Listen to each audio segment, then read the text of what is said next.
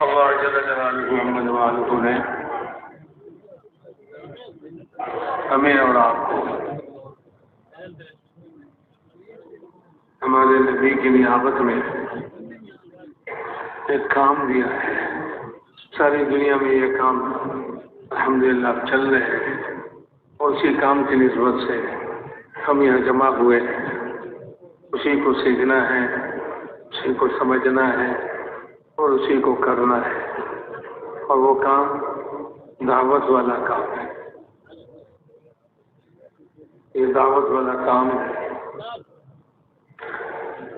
ایسا ایک عمل ہے دعوت کا. دعوت والا عمل ہے ایک ایسا عمل ہے اس کے لیے دنیا کے شروع سے انبیاء علیہم الصلوۃ والسلام مبعوث ہوئے اور ہمارے نبی جناب محمد رسول اللہ صلی اللہ علیہ وسلم بھی اسی کام کے لیے مبعوث ہوئے. اللہ تعالیٰ نے فرمایا یا ایھا النبی انا ارسلناک شاہدا ومبشرا ونذیرا وداعیا الی اللہ باذنہ وسراجا منیرا. داعی بنا کے بھیجا ہے اور یوں فرمایا قل ھذہ سبیلی ادعو الی اللہ علی بصیرۃ انا ومن اتبعنی وسبحان اللہ وما انا من المشرکین.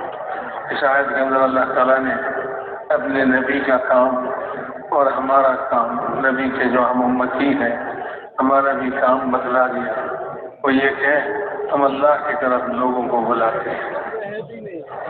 یہ دعوت والا کام ایسا کام ہے جس سے ہدایت ملتی ہے.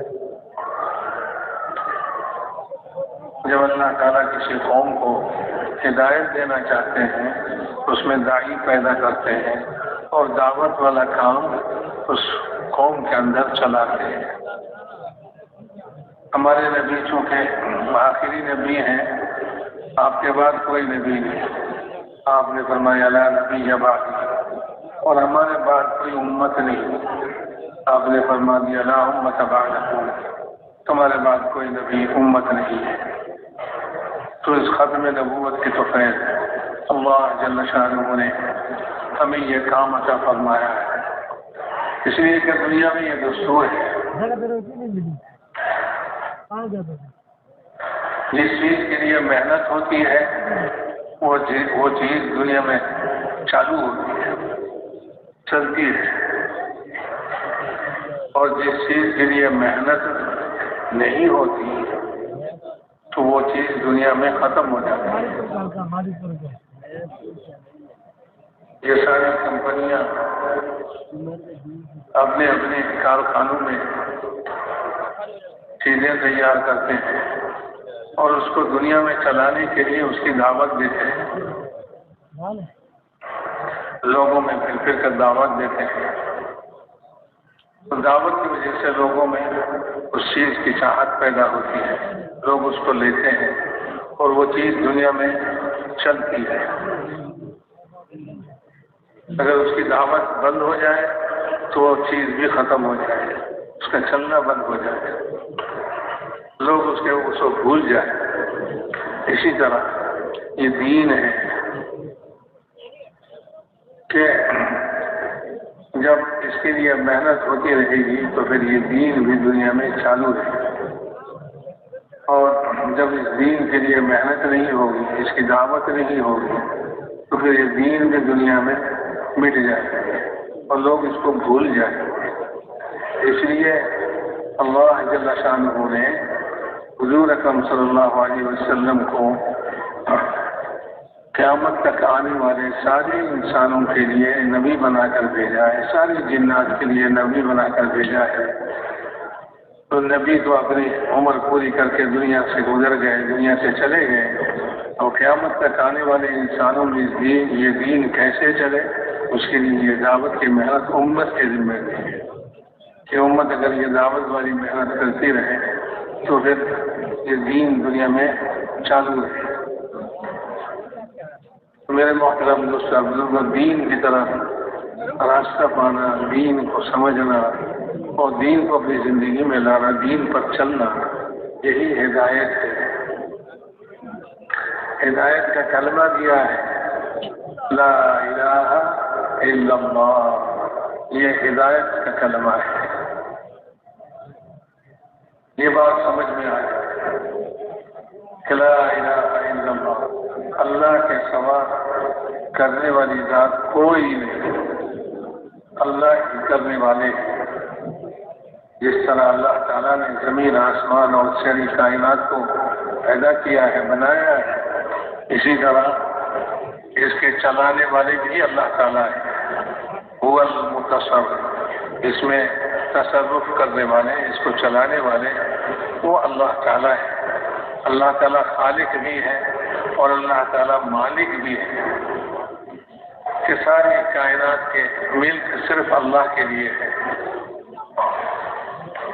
اللہ اس کے مالک ہے۔ مالک اسے کہتے ہیں جو اپنی مرضی کے مطابق اپنی ملک کو استعمال کر سکے۔ اللہ کے سوا کوئی مالک نہیں ہے۔ ہم اور ہمارے پاس جو کچھ بھی ہے سب کا مالک ایک اللہ ہے۔ ہمارے جیب میں پیسے ہیں، اس کا مالک اگرچہ لوگ کہتے ہیں ہم اس کے مالک ہیں، ہم بھی سمجھتے ہیں ہم اس کے مالک ہیں، لیکن حقیقی مالک اللہ ہے۔ ہمارے پیسے جہاں چاہے وہاں وہ خرچ کر دیں۔ اسی طرح ہماری چیز جس کو چاہے وہ دے دے، ہم کچھ نہیں کر سکتے۔ میرے محترم دوست اور بزرگوں، خالق بھی ہے، مالک بھی ہے۔ یہ کلمہ لا الہ الا اللہ ہدایت کا کلمہ ہے۔ دعوت کے ذریعے سے یہ ہدایت آتی ہے۔ حضرت مولانا یاد صاحب رحمۃ اللہ علیہ فرماتے تھے کہ یہ دعوت کی محنت ایسی ہے کہ اس کے ذریعے سے صدیوں تک کے لیے ہدایت کے فیصلے ہوں گے۔ ہدایت اللہ کے ہاتھ میں ہے، کسی کے ہاتھ میں نہیں ہے، لیکن جب اس کے لیے محنت ہوتی ہے تو پھر اللہ تعالیٰ ہدایت دیتے ہیں۔ نبی کے ہاتھ میں بھی ہدایت نہیں ہے۔ انک لا تہدی من احببت، اے نبی جی آپ کسی کو اپنی پسند پر ہدایت نہیں دے سکتے۔ آپ جس کو پسند کریں اس کو ہدایت دے دیں، ایسا نہیں ہو سکتا۔ ولیکن اللہ یہدی من یشاء، اللہ جسے چاہے اسے ہدایت دیتے ہیں۔ آپ تو ہدایت کی محنت کرتے ہیں۔ وَإِنَّكَ لَتَهْدِي إِلَى صِرَاطٍ مُسْتَقِيمٍ، آپ سیدھے راہ کی طرف لوگوں کو راستہ دکھلا سکتے ہیں، لیکن اس راستے کا ملنا نہ ملنا، کسی کا اس راستے پر آنا نہ آنا، یہ سب کچھ اللہ کے ہاتھ میں ہے۔ ہدایت اللہ کے ہاتھ میں ہے، اور ہدایت کے دروازے اللہ تعالیٰ کھولتے ہیں۔ اور کب کھولتے ہیں؟ جب یہ دعوت کی محنت ہوتی ہے زمین پر، اور اس کے لیے جان اور مال کی قربانی دی جاتی ہے، اور پھر اخلاص کے ساتھ اللہ کو راضی کرنے کے لیے یہ محنت کی جاتی ہے، تو پھر اللہ تعالیٰ ہدایت کے راستے کھولتے ہیں اور لوگوں کو ہدایت دیتے ہیں۔ یہاں تک کہ اگر اس کی جس طرح حق ہے اس طرح اگر یہ محنت کی جاوے، یہ محنت اگر اس طرح کی جاوے جس طرح اس محنت کے کرنے کے حق ہیں، اس طرح اگر کیے جاوے تو پھر اللہ جل شانہ جو ہدایت نہیں چاہتے اس کو بھی ہدایت دے دیتے ہیں۔ ایسے دلوں کو چیر کر اللہ تعالیٰ ہدایت داخل کر دیتے ہیں دل کے اندر، جو اپنے دلوں کو بند کیا ہوا ہے اور قسم کھا چکا ہے کہ ہم یہ ہدایت کا کلمہ نہیں پڑھیں گے۔ چنانچہ حضرت اکرمہ رضی اللہ تعالیٰ عنہ فتح مکہ کے وقت، مکہ فتح ہونے کے دن، اور اسی طرح اور بھی مکہ کے بڑے بڑے سردار جنہوں نے جو ہے یہ قسم کھائی تھی کہ ہم اس کلمے کو نہیں پڑھیں گے، تو وہ مکے سے نکل گئے، بھاگ گئے، چھپ گئے، اور حضرت اکرمہ رضی اللہ تعالیٰ عنہ یہ بھی بھاگ گئے۔ یہ کلمہ نہیں پڑھیں گے، اس لیے کہ اگر یہاں رہیں گے تو پھر کلمہ پڑھنا ہوگا، ہم کلمہ نہیں پڑھیں گے، بھاگ گئے۔ لیکن اللہ جل شانہ نے وہ جہاں بھی گئے تھے، سمندر پہ کشتی پہ سوار ہو گئے تھے کہ عرب کے زمین سے باہر نکل جائے، لیکن وہاں سے اللہ تعالیٰ نے ان کو کھینچ کے لایا اور لا کر جو ہے اس کے دل کے اندر یہ ہدایت کا کلمہ داخل کر کے چھوڑا۔ تو جب دعوت کی محنت اس کی شرائط کے ساتھ، قربانی کے ساتھ، جان مال کی قربانی کے ساتھ اور اخلاص کے ساتھ اللہ کو راضی کرنے کے لیے کہ دنیا کا کوئی غرض ہم کو نہیں ہے، صرف ایک ہی غرض ہے، وہ یہ ہے کہ اللہ کے دین کے لیے ہم دعوت والی محنت کریں گے اور اللہ تعالیٰ ہم سے راضی ہو جائے۔ جو اخلاص کے ساتھ یہ دعوت کی محنت کو کرتے ہیں، اللہ تعالیٰ چونکہ یہ کام نبوت والا کام ہے، نبیوں کا کام ہے، اس لیے اس کے اجر و ثواب بھی نبیوں کی طرح دیتے ہیں، اس کام کے اجر و ثواب بھی نبیوں کی طرح دیتے ہیں کہ اس کام کے لیے جو چلتے ہیں ان کے قدموں کو اللہ حساب کرتے ہیں، ان کے بھوک کو اللہ حساب کرتے ہیں، ان کے پیاس کو اللہ حساب کرتے ہیں، اور وہ جتنی دور میدان، جتنی دور مسافت طے کرتے ہیں اس کو بھی اللہ حساب میں رکھتے ہیں تاکہ اس کا بدلہ اس کو دے، قدم قدم کا بدلہ، بھوک پیاس کا بدلہ، اور جتنے میدان اس نے طے کیا ہے اس کا بدلہ، جتنی کی بھی تکلیفیں اٹھائی اس کا بھی بدلہ۔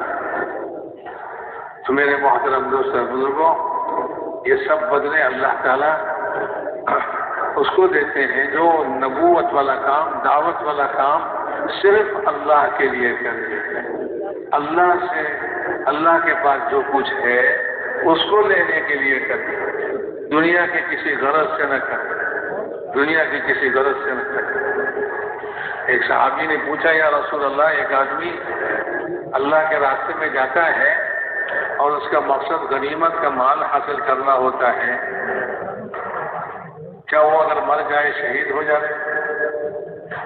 آپ نے فرمایا نہیں، جو صرف اللہ کا کلمہ بلند ہو اور کوئی غرض نہ ہو اس لیے جاتا ہے تو اللہ کے راستے میں ہے، اس کی موت بھی موت پر بھی اللہ تعالیٰ اس کو بدلہ دیں گے، اس کے چلنے پر بھی اللہ بدلہ دیں گے، اس کی ہر بات پر، ہر تکلیف پر، ہر چیز پر، یہاں تک کہ اس کے گھوڑے، اس کا گھوڑا جو چارہ کھاتا ہے اس کا بھی حساب ہوگا، اس کے بھی بدلہ اللہ دیں گے، یہاں تک کہ اس گھوڑے کا پیشاب اور پاخانہ بھی اللہ تعالیٰ اس کا بھی بدلہ دیں گے، پانی پیتا ہے اس کا بھی بدلہ دیں گے۔ جس گھوڑے پر وہ اللہ کے راستے میں چلتا ہے اس گھوڑے کے دانا پانی، اس گھوڑے کے پیشاب پیخانہ، سب کچھ اللہ تعالیٰ حساب میں رکھتے ہیں اور سب کا بدلہ اللہ تعالیٰ دیتے ہیں۔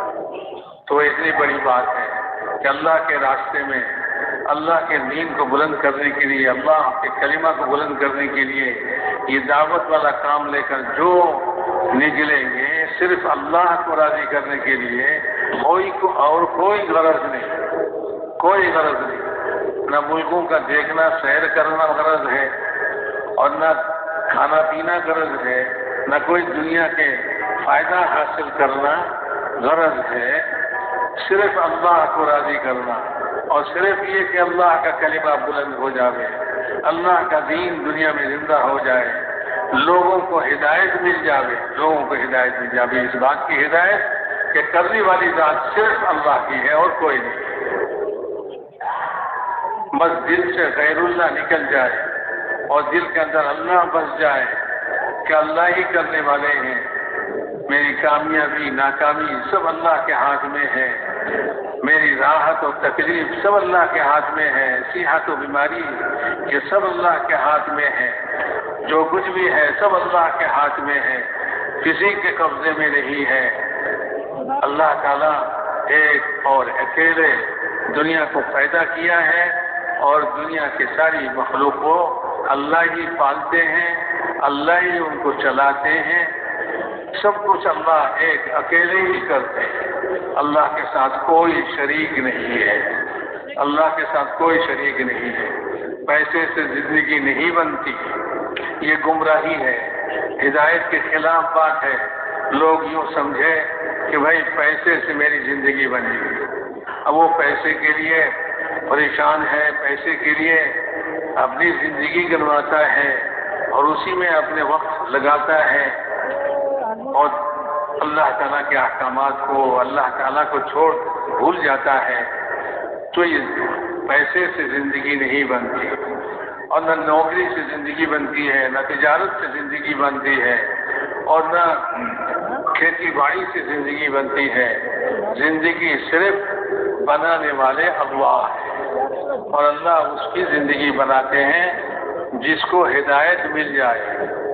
دنیا کی زندگی بھی بناتے ہیں اور موت کے بعد آنے والی، نہ ختم ہونے والی، کبھی ختم نہیں ہوگی، ہمیشہ ہمیشہ کی جو زندگی موت کے بعد سے شروع ہوگی، قبر کی زندگی، پھر محشر کی، قیامت کے میدان کی زندگی، اور اس میں وہ سارے احوال آئیں گے جو احوال دنیا میں لوگ جن احوال سے دو چار ہوتے ہیں، کبھی راحت کبھی تکلیف، تو راحت کی بھی حالت ہوگی وہاں اور تکلیف کی بھی حالت ہوگی آخرت میں، جس طرح دنیا میں ہے۔